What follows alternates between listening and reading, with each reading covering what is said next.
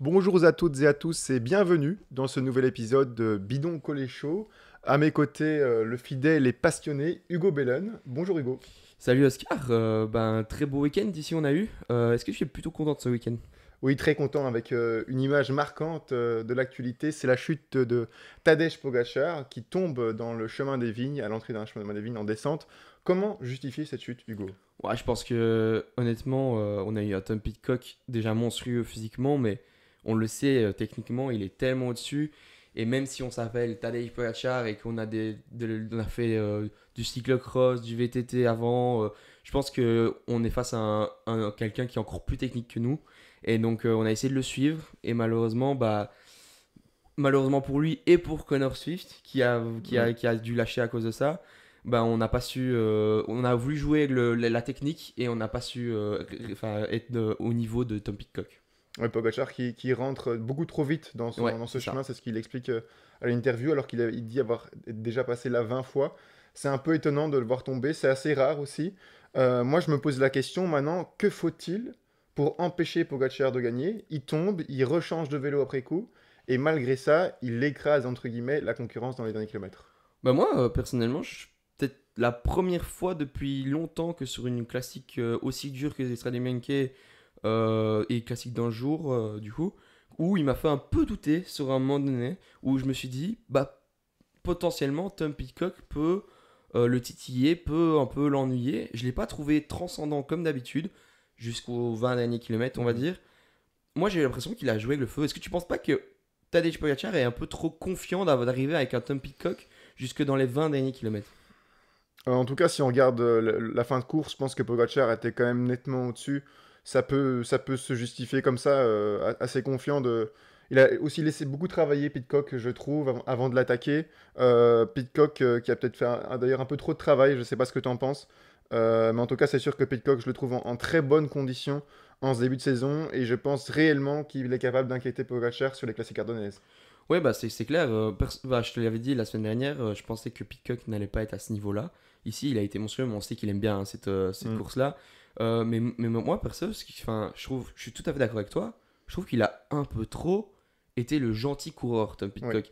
Pas parce qu'il a attendu sur la chute, parce que, entre guillemets, il a attendu, oui, mais il était quand même avec pas mal de watts, je pense. Ouais, Il ouais, n'était pas ouais. en récup, parce qu'il fallait quand même garder Et sa puis, place. même s'il n'avait pas entendu, Pogacar serait sans doute rentré. Ouais, voilà, c'est ça. Mais je trouve que il est un peu trop joué le rôle de l'équipier entre guillemets modèle. On va faire dans tous les moments où il faut, on fait les relais, pardon, on les passe pas. Moi, je suis avec Pogacar en échappée comme ça à 80 km de l'arrivée. Personnellement, je le laisse passer jusque quand je pète, je suis entre guillemets. Alors, il l'aurait attaqué plus facilement aussi, Ouais. mais moi, personnellement, je trouve qu'il a été trop gentil. C'est mon avis, en tout cas. Ouais, je trouve aussi. Et puis, fallait-il l'attendre? C'est quand même une question qu'on peut se poser. Ouais. Il aurait fallu essayer tout pour le battre. Et puis, en tout cas, pas l'emmener, comme on l'a dit. Une autre thématique que je voulais aborder avec toi, c'est la forme de Wellens qui, malgré qu'il soit équipé de Pogacar, vient quand même chercher une magnifique troisième place. Il a même réussi à inquiéter Pidcock dans le final. Est-ce qu'il n'est pas dans sa forme de sa vie? Bah, certainement. Je pense que ici, s'il ne doit pas un peu aider Pogacar, entre guillemets, et être. Parce qu'il l'a aidé, maintenant, il n'a pas aidé. Enfin, c'est pas le coureur qui a fait le plus de travail, parce que Pitcock, justement, a attaqué avant. Mais je suis persuadé qu'il peut faire des deuxièmes derrière Pogacar, et si Pogacar n'est pas sur la course, il peut potentiellement gagner. Donc, moi, je trouve vraiment que c'est la forme de sa vie, peut-être. Est-ce qu'il peut encore progresser? Je suis quasi sûr. Je suis sûr il est peut-être trop tôt en forme pour le Tour des Flandres, mais d'ici Milan-San Remo, en tout cas, il sera encore plus en Ouais. forme. Moi, je me réjouis de voir. Et il peut encore aller être très important pour Pogacar à l'avenir. Mais là où je me pose une question, c'est est-ce que Pogacar, lui, n'est pas justement, enfin, entre guillemets, on est trop tôt dans sa préparation et qu'il n'est pas au top de sa forme et que c'est pour ça qu'il a voulu être accompagné d'un Tom Pitcock jusqu'à la fin? Tu penses qu'il n'est pas encore assez en forme? Bah que son gap de progression est Ouais. encore énorme et que on va se retrouver avec un Pogacar qui sera au top de sa forme que pour potentiellement le Tour des Flandres. En tout cas, je trouve ça assez effrayant, se dire que s'il a, c'est comme ton hypothèse qu'il a 80% de sa forme plus ou moins, Ouais. c'est assez effrayant de se dire qu'il peut encore être plus fort que ça. Moi, j'ai pas la réponse à ta question. En tous les cas, on se réjouit de voir sa forme pour les Mais prochaines toi, courses. toi, personnellement, tu y penses ou pas? Tu crois qu'il peut encore évoluer? Ouais, il peut encore améliorer certains paramètres, ça c'est sûr. Ok, c'est ce que je voulais savoir. Maintenant, peut-être continuer avec les mentions honorables derrière. On a Oui, parlé de Ben Connor Ely, moi je Swift. voulais Ah Ben ouais, Ely d'abord pour qu'on continue la suite du classement, qui vient chercher une honorable quatrième place. On sait que c'est un coureur qui a assez du mal à être juste techniquement dans ses courses, à faire souvent trop d'efforts. Mais là, il a su bouger dans le final comme il le fallait pour aller chercher une belle quatrième place derrière un podium de classe mondiale. ouais, non, non, c'est sûr. Et puis, il était monstrueux. On a vu deux IF qui étaient vraiment très bons, avec Valgren. Valgren qui revient au Ouais, top ça fait du bien de le niveau. revoir à ce Ouais, niveau-là. franchement, c'est un coureur qui peut montrer qu'il est monstrueux sur ce genre de course. Mais la confiance n'était pas là jusqu'à présent. Il est revenu en forme. Donc, personnellement, ça me fait vraiment plaisir de voir deux coureurs comme ça de cette équipe Education First. On a eu un Van Edvelt où personnellement, moi, il m'a un peu, pas déçu, mais je pensais qu'il allait avoir les petits pourcentages qui manquaient que pour accompagner les meilleurs. Je le voyais plutôt à la place d'un Benili que là où il est maintenant. Hmm. Moi, honnêtement, je le voyais là où il est plus ou moins. Il vient quand même chercher une neuvième place. Je trouve ça quand même honorable. Ouais, La concurrence était très très ouais. relevée. Il faut aussi savoir qu'il est encore jeune. Mais c'est clair que d'après ce qu'on avait vu l'année dernière au Strade Bianche, on pouvait le voir encore un peu plus haut. Mais ça reste honorable. Et puis on l'avait vraiment vu rincer à Ouais. l'arrivée. Donc je pense qu'il n'y a pas de regret en son Non, chef. non, ça c'est certain. Je pense qu'il a tout donné. Et il y a eu aussi peut-être un coureur qui a manqué à cette course. C'est Van Gils qui était malade. J'aurais Ouais. bien voulu voir ce coureur-là au top de sa forme sur cette course-là avec cette Ouais. certitude. Pour embrayer sur les déceptions, j'ai noté aussi Kotowski, malheureusement, qui Qui est est tombé, tombé. je pense. Ouais. Scaroni, je sais pas trop ce qu'il en est advenu, mais. Il est tombé et j'ai vu que même Bettiol s'était arrêté pour Ah ouais. voir parce que c'était un choc très très important. Maintenant, heureusement pour le leader du classement UCI, parce que c'était lui de cette année Mhm. qui est le leader du classement UCI, eh ben, il n'y a pas eu de blessure grave, j'ai vu. Donc franchement, ça fait plaisir parce que vu la forme qu'il avait, Ouais, ouais, c'est c'est très dommage dommage. de Pour perdre un Astana aussi. coureur, oui, pour Astana, mais même pour le vélo en général. Ouais. Je pense que c'est dommage de perdre un coureur comme ça. Et beau geste de Bettiol qui s'est arrêté et qui a couru vers son équipier Ouais. parce qu'ils sont dans la même équipe. Aussi, Marc Hirschi, quand même, que moi j'attendais un peu plus haut. Il finit 24e. C'est un peu loin pour un coureur qui apprécie les classiques et encore plus les classiques italiennes. Bah oui, mais on en parlait un peu juste avant. Il a jamais fait de très beaux résultats sur cette course-là. Ouais. C'est un peu dommage parce que c'est vraiment le profil pour moi qui lui convient quand même plutôt bien. Maintenant, je pense que lui, son moment ou son pic de forme, ça Mhm. va être vraiment pour les Ardennaises parce Ouais. que on sait qu'il affectionne ça. Donc moi, j'y crois. Je pense que lui, ça va être le bon transfert. Je suis peut-être pas objectif à 100%, mais personnellement, je crois que plus tard, il va être vraiment performant. Ouais, on sait qu'il a déjà gagné la Flèche Wallonne. Ce serait intéressant de le voir aux côtés de Julien Philippe, également double vainqueur, je pense, de la Flèche Ouais, Wallonne. ouais, c'est ça. Plus que double vainqueur, je pense qu'il a gagné 3 ou 4 fois, je pense. Ah Mais, ouais? mais après, je me Ok. trompe peut-être, mais ça revient à Ça, longtemps ouais, ouais, maintenant, ouais. Julia Philippe, avec le duel avec Valverde. Ouais, Fogelsang aussi. Ouais, donc je pense qu'on va peut-être revoir de belles choses sur la Flèche Wallonne cette année. On se réjouit d'y être, mais avant ça, il y a encore de belles courses. Ouais. Mais ici, on a eu des belles courses aussi ce week-end, Oui. avec autre chose que l'Australie. Je sais pas si tu as encore des Oui, mentions. juste pour continuer avec l'Estrade Bianche, il y a aussi Ouais. l'Estrade Bianche femmes, Ah ouais, avec ouais. la magnifique victoire de Voluring. On a eu droit à une super belle course. Elle a été en échappée avec son ancienne directrice sportive donc Van der Breggen, qui avait Ouais. pris une parenthèse, on va dire une courte retraite, avant de revenir chez SD-Works. Elle se fait distancer malheureusement dans le dernier mur final. Mais c'est quand même un retour fracassant hein, de revenir comme ça, terminer deuxième, de revenir au plus haut niveau. Je pense Ouais. aussi à Pauline Ouais, voilà, c'est Ferrand-Prévot ça, qui je vient vais dire, terminer qui fait troisième. troisième. Un podium vraiment de classe mondiale. New Enyama qui fait une chute, et on a vu enfin, des Ouais, belles images, des mauvaises images ouais, justement, malheureusement. avec toutes ces blessures qu'elle a sur le corps. Et Vollering qui a fait la course avec sa sœur. Et je trouve que c'est quand même bien de le mentionner, de pouvoir courir avec sa sœur, Ouais, c'est quand même quelque chose qui. Enfin, je sais pas, toi aussi, t'as un frère qui a fait du ouais c'est quelque vélo. chose qu'on attend depuis longtemps, c'est Bah un ouais, rêve. donc je pense que même si c'est à bas niveau, ça fait plaisir Ouais, ouais, ouais. de retrouver son frère en course. Ouais. Donc voilà, petite mention pour ça. Bon, on peut passer peut-être à. Juste une dernière chose, Ouais, Longo Borghini, moi je l'avais pointé comme étant l'une des grandes favorites. Elle était malade malheureusement aussi au Strade Bianche, elle termine à plus de 16 minutes, c'est une grande déception pour la coureuse du AE. Ouais, mais après, c'est parce que c'est une coureuse italienne en Italie, Ouais. mais je pense qu'elle aura d'autres objectifs et que c'est pas une course en moins qui va faire que c'est grave. Maintenant, c'est vrai que c'était une course aussi chez les femmes Mm. impressionnante et avec un peu plus de suspense que chez les Mm. hommes. On enchaîne avec le week-end wallon, avec d'abord le Grand Prix Criquelion le samedi et le dimanche le Grand Prix Montserrat. Ouais. Une course ouverte au Grand Prix Criquelion et très mouvementée, beaucoup d'attaques qui sourit finalement à l'équipe Q36.5. Ouais, ben, c'est une équipe qui marche à mort depuis le début de saison. Franchement, ben, on a parlé de Pitcock, mais il n'y a pas que lui, hein. Il y a eu des victoires de tous les côtés. Et honnêtement, on a vu Kristen, le frère de Ouais, Yann, Moschetti aussi qui a ouais, déjà gagné. Moschetti. Donc franchement, ça fait plaisir parce que on pouvait se dire en hiver que Pitcock était peut-être le seul coureur qui pouvait amener des résultats vraiment Ouais, de façon sûre. Mais au final, c'est toute l'équipe qui a pris la route Pitcock, on va ouais, dire, et qui est performante, qui est au top de sa forme. Est-ce que ça va durer? Ça, je sais pas. Mais on a vu un Izzolo qui, à son habitude, est sprinter, mais maintenant est devenu poisson pilote, qui a envie d'emmener les ouais. coureurs Un poisson sur le pilote qui sprint. finit quand même troisième, Ouais, hein, ouais, donc c'est sûr, mais bon, il est quand même là que pour ouais, amener son coureur, alors qu'on sait que c'est un coureur qui de base est sprinter. Donc on a réussi à le changer en poisson pilote de manière vraiment magnifique, et je pense que cette équipe peut encore aller chercher de belles choses, même sans Pitcock. ouais, une belle victoire donc de Moschetti Ouais. qui devance Hofstetter qui fait vraiment un très bon début de saison. Ouais, avec une équipe Israël, c'était l'équipe professionnelle, mais un peu mélangée avec l'équipe, allez, on va dire Devo. Donc c'est encore plus surprenant de Ouais, le voir qu'il est si bien emmené, etc. Avec un Jens Verbrugge, ouais. un très bon coureur de la région qui était dans cette équipe et qui fait un très bon début de saison. Il fait 30e au Grand Prix Sama, mais c'est surtout être là Ouais, pour les pour leaders. l'équipe et pour le leader. Je pense que on peut se dire qu'il a bien entamé cette saison. Énormément de chutes aussi au Grand Prix Criquelion, Ouais. malheureusement. On a vu Mozzato, on a vu Tyson, on a vu Marit au sol pour les grands sprinteurs, mais bien d'autres coureurs également. Comment est-ce qu'on peut éviter, Hugo, ce genre de chute? On a eu des routes très étroites, mais comment est-ce qu'on peut faire?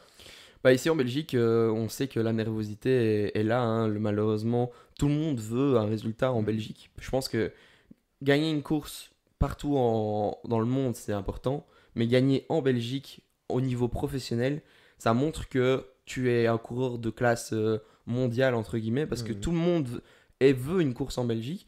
Donc je pense que ça explique déjà cette première chose. Et en plus, on peut voir aussi que c'est des courses où la start list n'est pas vraiment homogène. Donc il y a vraiment des niveaux de coureurs. À chaque fois, on sait on se professionnalise très vite, hein, que les coureurs savent rouler en peloton, etc. Mais il y a tellement un problème de niveau entre les coureurs que ça mène des tensions, des mouvements dans le peloton. Donc malheureusement, je pense qu'éviter ces courses, ces chutes-là, bah, c'est ne pas prendre le départ en fait. C'est le seul moyen parce que c'est des courses qui sont très importantes, mais pas assez que pour avoir un peloton ou de top niveau, de top Ouais. mondial. Et je pense on va pas à chaque fois remettre la faute sur le parcours. C'est des courses où ça Ouais. fait des années qu'il y a des chutes aussi, mais que je pense le parcours on le connaît, il faut s'adapter au parcours. Ouais, je pense qu'il manquait aussi une grosse équipe capable Ouais. de cadenasser un petit peu la course. D'ailleurs, on a vu Unibet essayer de tenir un peu le rythme du peloton dans les derniers kilomètres. Une tactique que j'ai trouvée assez étonnante. Je Ouais. sais pas ce que tu en as pensé. Ils ont même sacrifié Cubis dans les tout derniers kilomètres.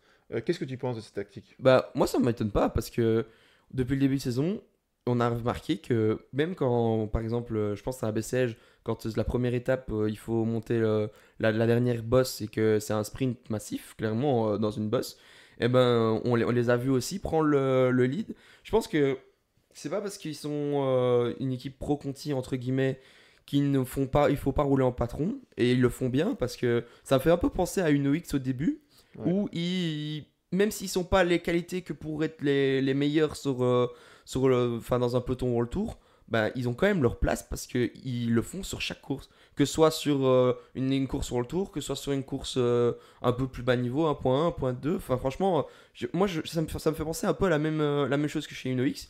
Et franchement, ça me fait plaisir parce que c'est comme ça qu'on devient une équipe où qu'on le respecte tous les coureurs, où on respecte le nom de l'équipe. Donc franchement, chapeau, et je pense que Gaëtan Ponce, qui est directeur sportif là-bas, n'y est pas pour rien. Ouais, mais bon, au final, on se sort quand même seulement avec une neuvième place, hein. Ça, je trouve ça assez regrettable de sacrifier Kubis quand on voit les derniers résultats qu'il avait. Mais je peux comprendre et je trouve que, comme toi, c'est important de s'imposer pour cette équipe. Ouais, c'est un processus qui est pas que sur une course, hein. Je pense que c'est pas parce que tu gagnes une course de temps en temps que tu deviens une équipe de renom. Je pense que là, c'est tous les coureurs montrent qu'ils sont là, quoi. Il faudra les dépasser que pour pouvoir sprinter et avoir sa place. Et même si c'est vrai que je te rejoins, des fois, ils sont malheureusement encore trop peu Hmm. assez en forme que pour faire ce genre de choses. Je trouve que l'initiative est vraiment Ouais. bonne. Et en parlant de ça, UnoX qui place aussi un coureur dans le top 10, je pense. Mais Oui, enfin, c'était le lendemain, c'était ah, c'est le au lendemain. Grand Prix Montserrat, on peut en parler maintenant. Ouais, Une course qui est remportée par Alexis Brunel, ouais. qui revient à Don Cesou. Il fait une course tonitruante, il est dans l'échappée, il lâche tous ses compagnons d'échappée, il déjoue les pronostics des sprinteurs et il s'impose finalement. Et ça va faire du bien à Total Energy. Ouais, non, c'est sûr, c'est encore en plus une équipe qui avait besoin de ce genre de résultats. Brunel, qui a une histoire un peu particulière, est-ce que tu peux en parler? Oui, c'est un des grands talents français de sa génération. Il avait rejoint l'équipe UAE en 2022 et puis en juin 2022, il rompt son contrat avec cette équipe, je pense un peu poussé à bout. Il enchaînait les DNF, déjà 9 abandons en ce début de saison là. Et puis il a essayé de reprendre un petit peu du plaisir petit à petit en remontant les échelons. L'année dernière, il a fait du gravel avec de très bons résultats à la clé. Et puis finalement, cette année, Jean-René Bernaudot qui lui donne une place chez Total. Et il a fait le bon choix. Bah, ça fait plaisir de le voir à ce niveau-là. Et bah, n'empêche, il a gagné une course de renom quand même. Enfin, Ouais, l'air de rien, c'est quand même pas une bête petite course. Et il le gagne avec la manière. Et d'ailleurs, je trouve surprenant, on laisse quand même aller l'échapper, entre guillemets, avoir quand même pas mal son mot à dire sur ouais. cette course-là. Quelle est la raison pour laquelle on n'a pas pu s'organiser dans le peloton? Je pense pas, de nouveau, pas de grandes équipes avec de grands coureurs capables de vraiment maîtriser la course. On a vu les coureurs vraiment affolés dans les derniers kilomètres, sacrifier les poissons pilotes et même parfois les leaders qui donnaient le relais. Mais je pense que Brunel était aussi vraiment particulièrement fort pour résister comme ça. Et moi, je me pose la question, donc quand il est dans une équipe qui est pas vraiment dans une spirale positive, je trouve, ces dernières années, un peu sur la pente descendante. Ouais. Il y a Turgis qui gagne le tour, mais hormis ça, c'est un peu difficile chez Total. Et si c'était lui qui redonnait un second souffle à l'équipe de Jean-René Bernaudot? Ouais, franchement, c'est possible, pourquoi pas. Et c'est vrai que Turgis, on le voit, moi personnellement, je pensais que. Enfin, j'avais l'impression que c'était un peu la fin chez Total. Et finalement, il est encore là. Et on a un peu l'impression qu'on prend chez les jeunes, on prend un peu des coureurs qui viennent de France parce qu'on n'a plus le budget que Ouais. pour avoir des grosses stars. Et Turgis, l'air de rien, heureusement qu'ils sont encore là. Mais derrière, on va avoir des Brunel, t'as raison, mais on a des coureurs qui sont encore là pour faire.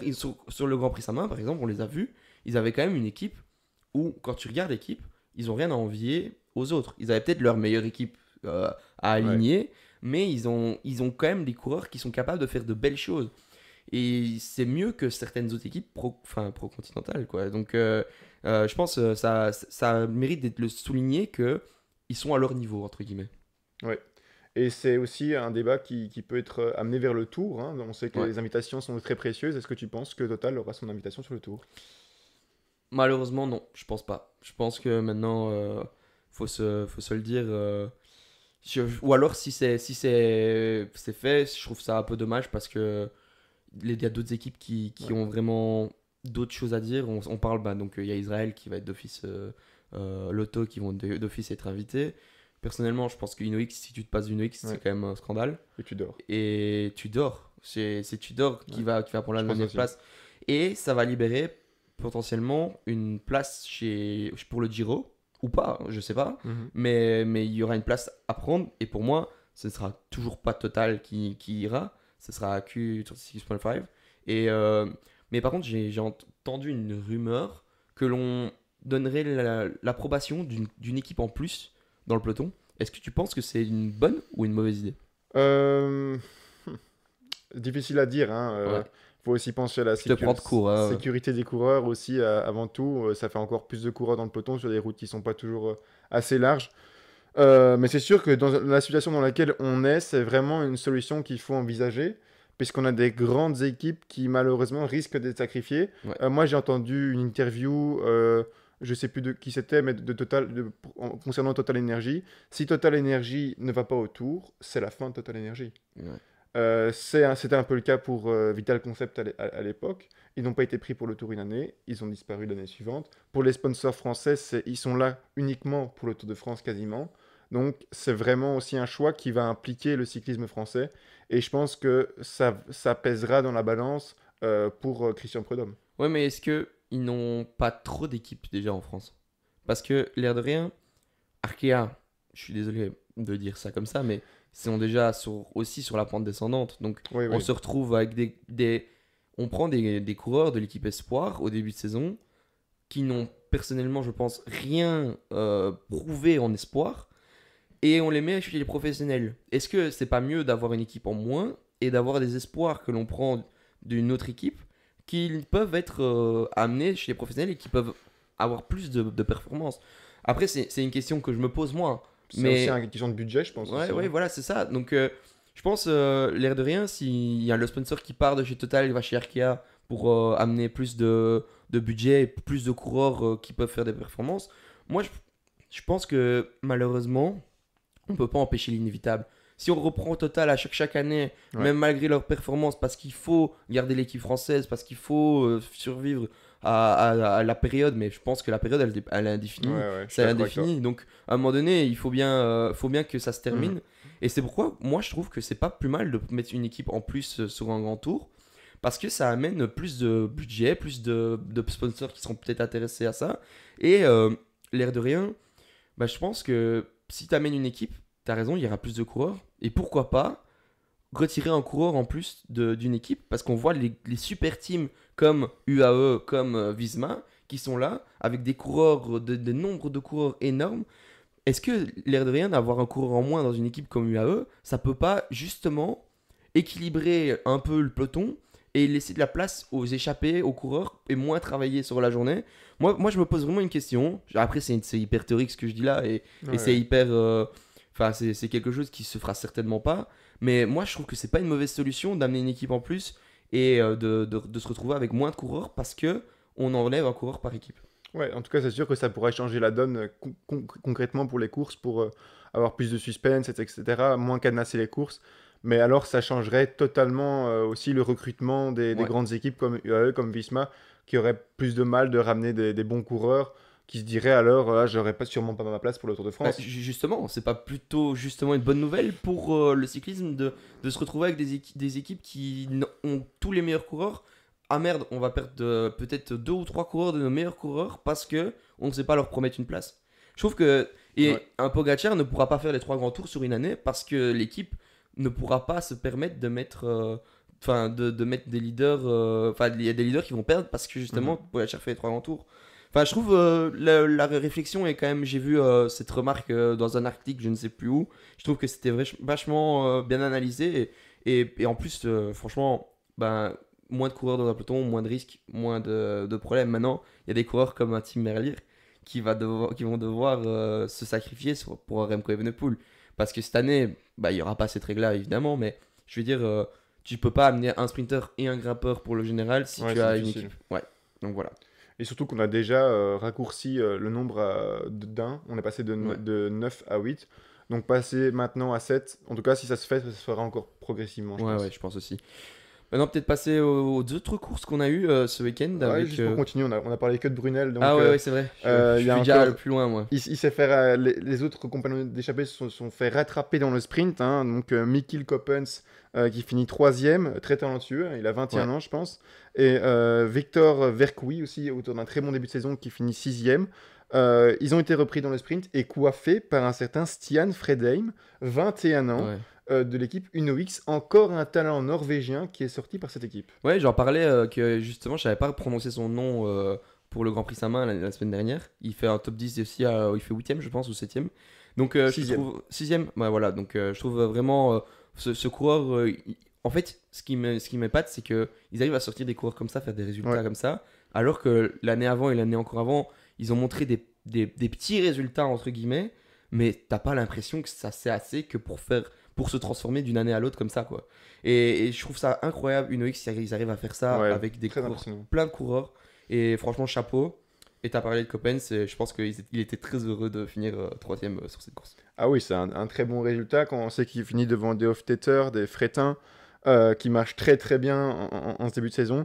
Fretin, donc cinquième, pas de victoire malheureusement ce week-end, Ouais, on avait parié sur lui, c'est vrai. mais beaucoup de régularité, si je peux me permettre de citer son début de saison. Sur toutes les courses qu'il a disputées, il a été décisif, hein. Donc d'abord à Almeria où il termine premier, ensuite il a fait le Tour d'Algarve, il y a eu 2 sprints, il finit premier et cinquième. À Kurn, Bruxelles-Kurn, il termine dixième, c'est quand même honorable. Criquelion, quatrième et cinquième le Ouais. lendemain au Montserrat. C'est quand même un bon début de saison. Bah moi je suis super content parce que c'est un coureur que je pense on va revoir toute la saison et je pense qu'il est vraiment au top de sa forme lui par contre. Ouais. Je pense qu'il va pas encore progresser tout de suite ou alors sur la deuxième partie de saison.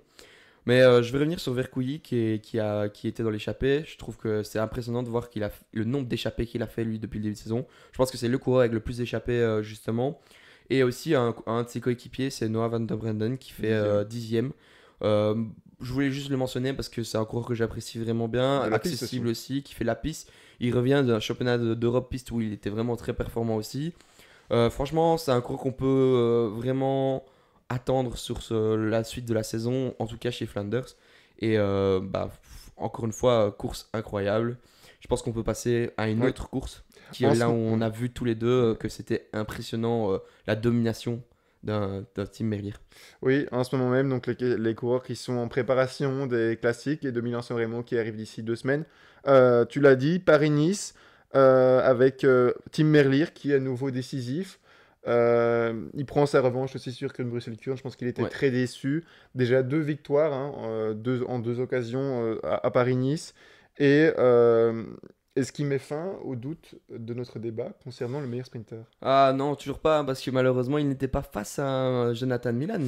Jonathan Milan est de l'autre côté avec Tirreno. Ouais. Est-ce que si Jonathan Milan gagne 2 étapes à Tirreno, est-ce qu'on peut dire Ouais. que le débat met fin? Non, je pense pas. Je pense qu'on peut se dire que honnêtement, il est monstrueux et que s'il n'y a pas ni Philipsen, ni Jonathan Milan, on peut peut-être dire Olaf Koil, mais pour l'instant, Olaf Koil n'a pas encore prouvé qu'il pouvait être au top au niveau de Merlier. Est-ce que quelqu'un peut le titiller, franchement? Ouais. Non, on le voit, il est en surclassement à chaque fois. Derrière, c'est Arnaud Desmar qui, franchement, chapeau à lui parce qu'on Mm. on le disait nous-mêmes, on pensait pas qu'il allait revenir à ce niveau-là. Il est déjà quand même vachement en forme, lui, en tout cas. Mais il est quand même un monde en dessous de Tim, Ouais, de ouais, Tim ouais. Merlier. Donc, franchement, qui peut l'inquiéter sur ce Paris-Nice? Ouais, moi j'aimerais bien vous sortir ma petite stat que j'ai préparée. Donc Ouais. j'ai regardé ses sprints statistiquement. Donc les sprints qu'il a vraiment disputés, donc c'est-à-dire qu'il était dans le top 10, quoi, qu'il s'est pas fait enfermer, etc. Mhm. Il y en a eu 7 depuis le début de saison. Il en a remporté 6. Ouais. Donc on est quand même pas loin du 100%. Et le seul qui n'a pas gagné dans ces 7 sprints, il a fait deuxième derrière Milan. C'était autour du AE. Ouais. Et les 2 étapes d'après, il a battu Milan. Donc là, tu vas me dire que je retourne un peu ma veste par rapport à ce que j'ai dit Ouais, il y c'est a deux vrai. semaines.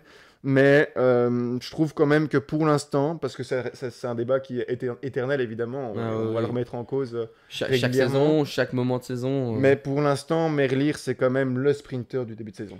Ouais, mais de toute façon, moi, je vais être clair avec toi. Depuis qu'il est champion d'Europe, pour moi, c'est le sprinter du moment. Ouais. Donc, depuis qu'il a il a ce maillot blanc avec blanc et bleu, je trouve que c'est un monstre et ça le fait voler. Il a pas du tout la malédiction du champion. Et franchement, je pense que ça serait vraiment une erreur de pas le mettre au Tour de France Ouais, ouais, si on l'avait pas mis. Je pense que il fallait être, fallait vraiment le mettre sinon tu le perds l'année d'après. Donc, Ouais. et franchement, je pense pas que lui il va vivre l'après Quick Step comme les autres sprinters. Lui, il est vraiment monstrueux. Déjà chez Alpecin, quand il y était, il était déjà monstrueux. Et on a fait le choix de Philipsen là-bas. Et l'air de rien, Merlier, c'est quand même aussi. Il montre qu'il aurait pu être choisi aussi. Donc franchement, chapeau à lui. Mais franchement, dans cette Paris-Nice, j'aimerais bien savoir pour toi, qui est ton favori pour justement chez les grimpeurs le classement général? Le favori, je pense qu'il est assez limpide à trouver. Ouais. C'est Jonas Vingegaard. Il sort d'une victoire à Algarve, certes pas encore transcendant dans les petits cols qu'il y avait, mais Il a écrasé la concurrence au chrono, faut se le dire. Je pense que là, il est vraiment le plus grand favori. Je pense qu'on est d'accord là-dessus. Maintenant, je Ouais. voudrais savoir quels sont les coureurs que tu penses qui peuvent être peut-être l'en empêcher ou en tout cas rivaliser pour la deuxième place. Je peux te citer Almeida, O'Connor, Buitragos, Kelmods et pourquoi pas Jurgensen. Ben, moi, je vais vraiment te dire que Skilmos, c'est un coureur que j'aime vraiment bien et que sur ce genre de course, il est vraiment très performant. Mais un coureur qui est très en forme depuis le début de saison et qui a un peu manqué son Paris-Nice l'année passée, mais qui a montré de belles choses, c'est Bultrago. Ouais, Je pense que c'est lui qui va finir deuxième. Après, on a vu par le passé que Paris-Nice, c'est pas vraiment une science exacte, qu'il y a des faits de course ouais, qui font beaucoup de choses. L'année passée, Jorgensen la remporte devant, je pense que c'est McNulty Evenpool. et Evenepoel. Ouais, Evenepoel et McNulty troisième, je pense. Et donc, c'est des coureurs que bah, tu cites au début, mais tu les mets pas favoris à Ouais, et pas 200% dans le bon ordre. et pas dans le bon ordre. Donc, Hmm. je trouve que franchement, il y a de belles choses à voir et j'espère qu'on va voir de belles Ouais. choses. Et c'est pas facile Paris-Nice parce que tout peut se passer, que ce soit le vent, que ce soit la montagne, le punchy, les sprints. On a vu des chutes encore aujourd'hui. Merlier est tombé aussi. Donc, franchement, c'est une des plus belles courses. Si on prend pas les trois grands tours, pour moi, c'est peut-être mais le meilleur tour franchement du monde. Franchement, je me lance, hein, mais pour moi, pour toi, quelle est l'autre course que tu peux mettre en dessous des trois grands tours? Il y en a plusieurs. Il y a Tirreno, il y a aussi. Et tu le mets devant Paris-Nice? Oh, non, non, c'est difficile. Mais je Ouais. pense, ouais, comme toi, Paris-Nice, mais bon, on va aussi parler de Tirreno Ouais, hein, quand ouais, ouais, même. non, non, c'est sûr, mais là, moi, je Ouais, pose oui. le débat, hein, parce que c'est Oui, pour moi un coup de cœur, et il y a toujours du suspense, entre guillemets, et de belles choses, le parcours, on a des innovations, comme on a vu le chrono, c'est le dernier homme qui prend le temps. ouais. Enfin, je trouve que c'est Après, le mini Tour de ouais. France, quoi, tu vois. Je te rejoins au niveau du prestige. Maintenant, c'est très variable en fonction du Ouais, niveau qu'il y a. Et à Tirreno, il y a vraiment un niveau, une start list qui est très intéressante. Il n'y a pas de Pogacar ni de Vingegaard. ouais. Ça permet d'avoir une course qui sera très ouverte au niveau du classement général. Et justement, je voudrais savoir qui tu vois s'imposer. Je vais te citer Ouais. les grands favoris du général, selon moi en tout cas. Il y a Ayuso, il y a Pidcock, il y a Tiberi et Ayuso qui font un très bon chrono Ouais. d'entrée. Adam Yates, Godu, Deweg aussi un bon chrono. Landa, Simon Yates, Chicone, De Plus, Hindley et Dunbar. Ben, je sais que toi, c'est Ayuso parce que tu me l'as dit avant le Ouais, truc. Je spoil tout le tu monde, spoil je suis direct. désolé. Ok, Donc, moi, je vais choisir un autre coureur pour un peu innover. ok. Parce que c'est clair que Ayuso est le nom Ouais. qui Deux ressort. victoires en 3 courses depuis Ouais. le début de saison. Surtout La vu seule son course qu'il n'a chrono. pas remportée, c'est une course où ils ont été mal aiguillés dans le final. Ouais, ouais. C'était La Faune Ardennes, Faune Ardèche Faune Classique. Drôme, Faune Ardèche enfin, Classique. soit. Mais c'était vraiment parce qu'il fait un bon chrono Ouais, aussi. il fait deuxième du chrono Ouais. derrière Ghana, donc Ghana qui écrase la concurrence. D'ailleurs, pour l'anecdote, j'ai préparé ma fiche hier soir. Il n'y avait pas encore eu le chrono, mais j'ai déjà mis Ghana sur ma fiche parce que je savais que ça allait être lui.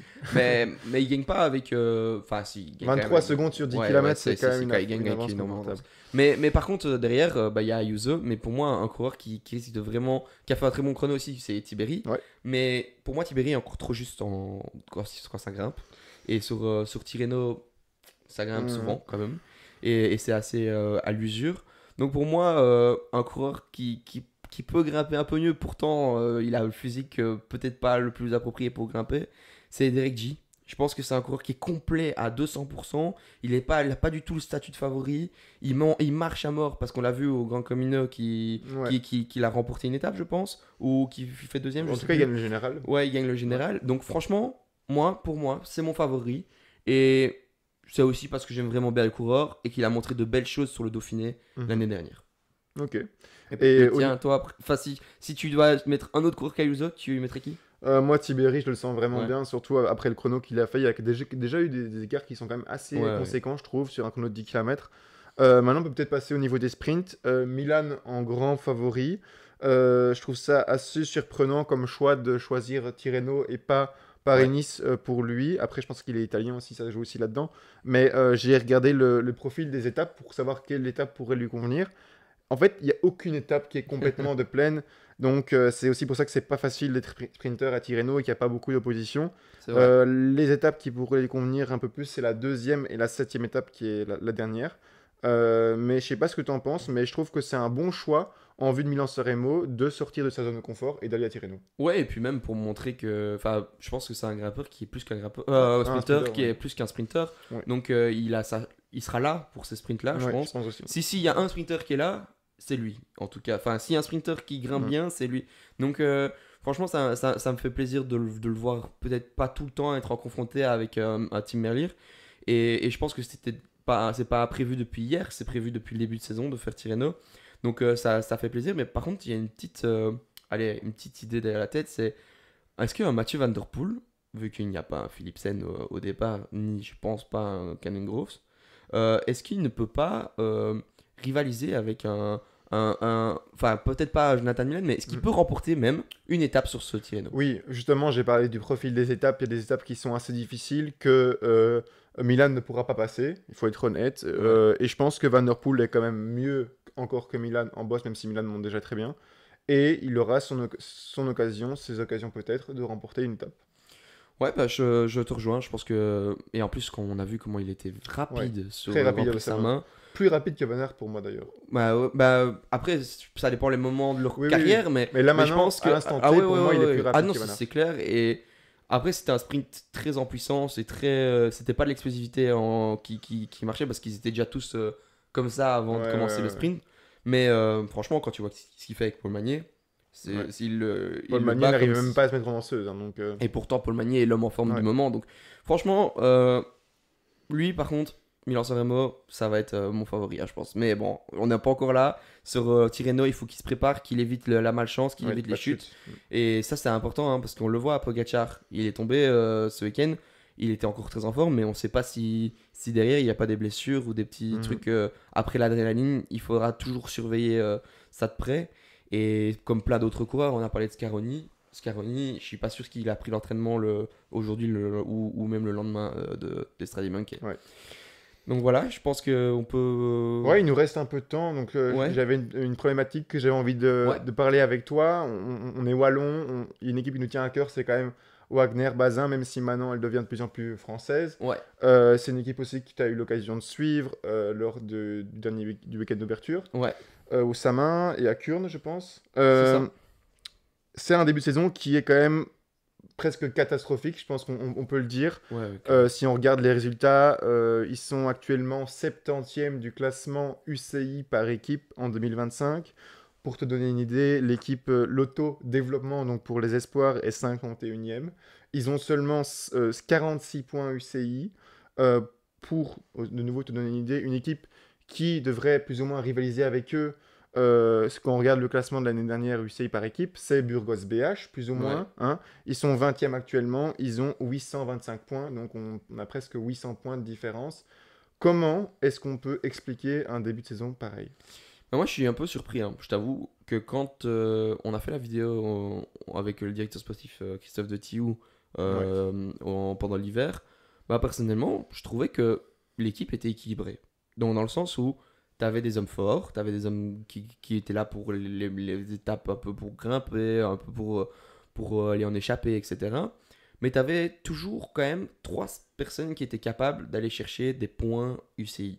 Donc, pour moi, je cite Barbier. Je vais citer Ouemas, je vais citer aussi Persico, Ouais. qui pour moi sont les 3 qui vont 3 sprinters. normalement chercher les points parce qu'il faut un sprinter. Comme à l'époque où il y avait Timothy Dupont qui était là aussi. Et ben je trouve que il manque ce côté scoring de ces coureurs-là. Parce que c'est vrai que pour Kurn, bah, il n'y a aucun coureur qui finit dans le peloton hormis De Salle qui était dans l'échappée. Ouais. Je trouve que ça c'est décevant. Mais est-ce qu'on les attend sur ce genre de course? Je pense pas. Sur le Grand Prix Saint-Main, ils font pas top 20. C'est vrai que faire top 20 sur un Grand Prix Saint-Main avec une équipe comme ça, c'est quand même plus compliqué. C'est quand même faisable, mais c'est quand même plus compliqué. Maintenant, là où je les attendais, c'était ce week-end. Le Grand Prix Montserrat, le Grand Prix Coquillon, c'est des courses où, bah, on a vu, c'est un club qui fait deuxième ou troisième de la course. Troisième de la course. Donc, pour moi, là, il y a un manque de performance et un manque de peut-être, je sais pas, de choix des coureurs. On a parlé de Kurn. Barbier Barbier. n'était pas au départ. Oui, l'équipe avait misé sur une course plus ouverte qui n'arriverait pas au sprint. Finalement, toutes les équipes avaient un sprinter. C'est arrivé au Ouais. sprint. Pour moi, ça paraissait assez évident. Ils ont fait le choix de ne pas prendre Barbier, qui est quand même leur sprinter de l'effectif. C'est des choix qui sont assez étonnants. Ça peut s'expliquer par ça. Mais il y a quand même très peu de coureurs qui sont performants en ce début de saison, hein. Moi, j'ai essayé de noter un peu la liste qui paraît en forme. Il y a Tizza, évidemment, Ouais. qui était Très très fort parfois, ouais. performant à Bessèges. Il y a De Salles, très bon dans les échappées, très Ouais. régulier. C'est vraiment une valeur sûre dans l'équipe depuis quelques années. Barbier a été chercher quelques petits résultats dans les sprints aussi. Euh, Quentin Béza a gagné un chrono autour de Charja Ouais. en UAE. Mais bon, c'est une course vraiment de Ouais. second rang. Il y avait Ouais, très peu complètement. de grosses équipes au départ, donc il faut prendre ça Avec des avec passettes. des pincettes. Et puis Uemas qui a terminé 2 fois 9e au Wallah Tour. C'est quand même pas assez pour Non, Sacha c'est sûr. Uemas. Et là, j'ai vraiment cité Vraiment tous les Ouais. résultats en cherchant vraiment tout, quoi. Ouais, mais ça, est-ce qu'on n'attend pas plus d'un Jens Renders qui, lui, Complètement. normalement, on est dans son moment où il doit être Ouais. en forme. Est-ce qu'on n'attend pas mieux d'un... Ah, peut-être que tu n'as pas mentionné Alexandre Van Petegem, qui est quand même là Oui, depuis mais le c'est pas des début. résultats. C'est On va pas des chercher résultats, un maillot mais à poids, des combativités, des c'est échappées, c'est un bien. homme en forme pour lui, je trouve. Oui, pour lui, c'est très bien, mais pour l'équipe, c'est pas Ouais, voilà. suffisant. Mais puis on a des Johan Meins, des Tom Vliegen. Porsmouth, des Vliegen lui là, mais je voulais dire qu'ils n'ont pas Ah, encore ok. fait de course, Ouais. enfin, qui ont fait une course depuis le début Ouais, de ouais. saison. On est le 10 mars. Je Ouais. trouve que c'est quand même très peu. Ouemas, certes, il va faire de bons résultats en Arabie avec des sprints massifs. Mais c'est quand même pas assez que Ouais. pour faire. On se dit pas waouh quand on le voit, Ouais, quoi. ouais. Je trouve que Vliegen, bah, ça me désole un peu de le dire, mais il est pas au niveau. On a vu dans l'une des vidéos qu'on a sorties que il est pas à son pic de forme, mais je me demande quand sera son pic de forme, quelle course. Je me pose vraiment la question. Mais de ne pas mettre Barbier à Kurn, je trouve que ça a été une erreur. Maintenant, aucun coureur n'a fini dans le peloton de l'équipe à part De Salles, comme je l'ai dit. Donc, est-ce qu'il aurait fini dans le peloton même à ce moment-là? Et est-ce qu'il aurait eu la place pour sprinter à Kurn? Je suis pas sûr. Est-ce que après un début de saison pareil, tu les trouves légitimes, ou en tout cas qui peuvent arriver avec ambition au Tour des Flandres? Ben, je pense que de toute façon, c'est pas le genre d'équipe que soit eux ou que soit même Flanders. Je pense que ce serait bien d'être dans l'échappée. C'est clair pour le Tour des Flandres. Malheureusement, je pense que c'est une course pour eux à leur niveau. Ils peuvent pas espérer mieux. Ouais. Et je pense que ça l'a jamais été pour eux, même dans leurs années, Ouais, ouais. de leurs Il y meilleures avait années. Livens qui était capable de terminer peut-être top 15, mais c'était vraiment très rare. Ouais, oui, voilà, c'est ça. Et là où je me pose aussi des questions, c'est les Ardennaises. Est-ce que Vliegen, quand il dit son pic de forme, est-ce qu'il pense aux Ardennaises? Et Moi, est-ce j'y crois que... pas, honnêtement. Mais voilà, je me pose la question. Voilà, en tout cas, c'est vrai que c'est une problématique que tu Ouais. as bien relevée. Et je C'est un pense que c'est débat important ouais. de le mentionner parce que on est wallon, on a envie de montrer que son équipe, on doit être fier de son équipe. Ouais. Et ici, c'est plus délicat. En tout cas, esthétiquement, en tout cas, moi, je les trouve très beaux. Je suis fier de ce qu'ils font. Mais au niveau sportif, je pense qu'il manque Ouais. énormément de choses. Et quand on sait qu'il y a un nouveau sponsor qui arrive, je trouve que c'est dommage de ne pas performer dès le début. Ouais, c'est un débat qui restera ouvert. Aussi, Ouais, on sait que c'est le début de saison. Il y a encore le temps, donc on va quand même nuancer ouais, non, nos c'est sûr. propos. Mais quand même, un début de saison assez alarmant. On va quand même les comparer à TDT. Je pense que Ouais. c'est quand même important de le faire parce qu'on ne l'a pas fait de notre analyse. TDT, ils font top 10 sur Kurn, le Tnusblatt et Omloop, le même. Grand Prix. Ouais, enfin, l'Omloop, le Tnusblatt, c'est Ouais, ce que je veux sorry. dire. Mais le Kurn. Grand Prix Samin Kurn aussi. et Kurn, donc ça fait 3 sur 3. Ils font top 10 avec peut-être un coureur qui est au-dessus du lot. Hein. Ouais. Je pense que c'est peut-être aussi ça Ouais. qui ont recruté un coureur qui est performant, mais c'est pas le seul qui finit. Il est pas tout seul à Ouais, arriver. ouais, ouais, ouais. Il y a toute une équipe qui l'emmène. Donc, je trouve que c'est ce qui manque chez Wagner Bazin. J'en attends aussi un peu plus de coureurs comme Johan Meins qui sont passés pro déjà depuis plus de 3 ans, je pense. Donc, au début de sa carrière, c'est bien de faire des échappées. Maintenant, est-ce que ce serait pas mieux d'aller chercher des résultats quand on a un talent comme ça? Ouais, c'est pour ça que j'étais surpris de voir Vliegen dans l'échappée du Grand Prix Samin. C'est un coureur qui, pour moi, ne doit pas être dans l'échappée et doit être au service de l'équipe.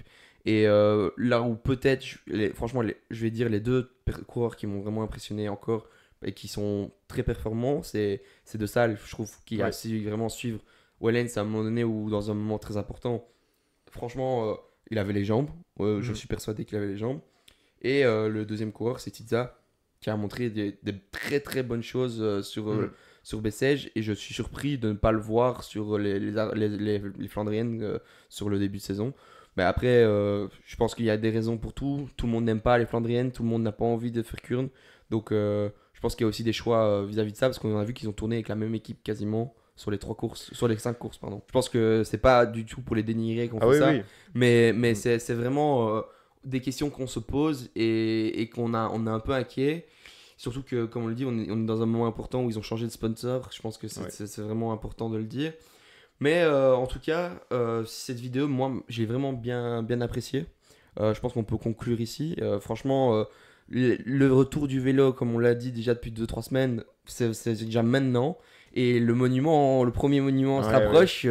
Franchement, moi, je suis tout excité. Et là, on a du vélo tous les jours de la semaine. Ouais. On a hâte de pouvoir le suivre et rester connecté au bidon collé chaud. Merci pour votre écoute.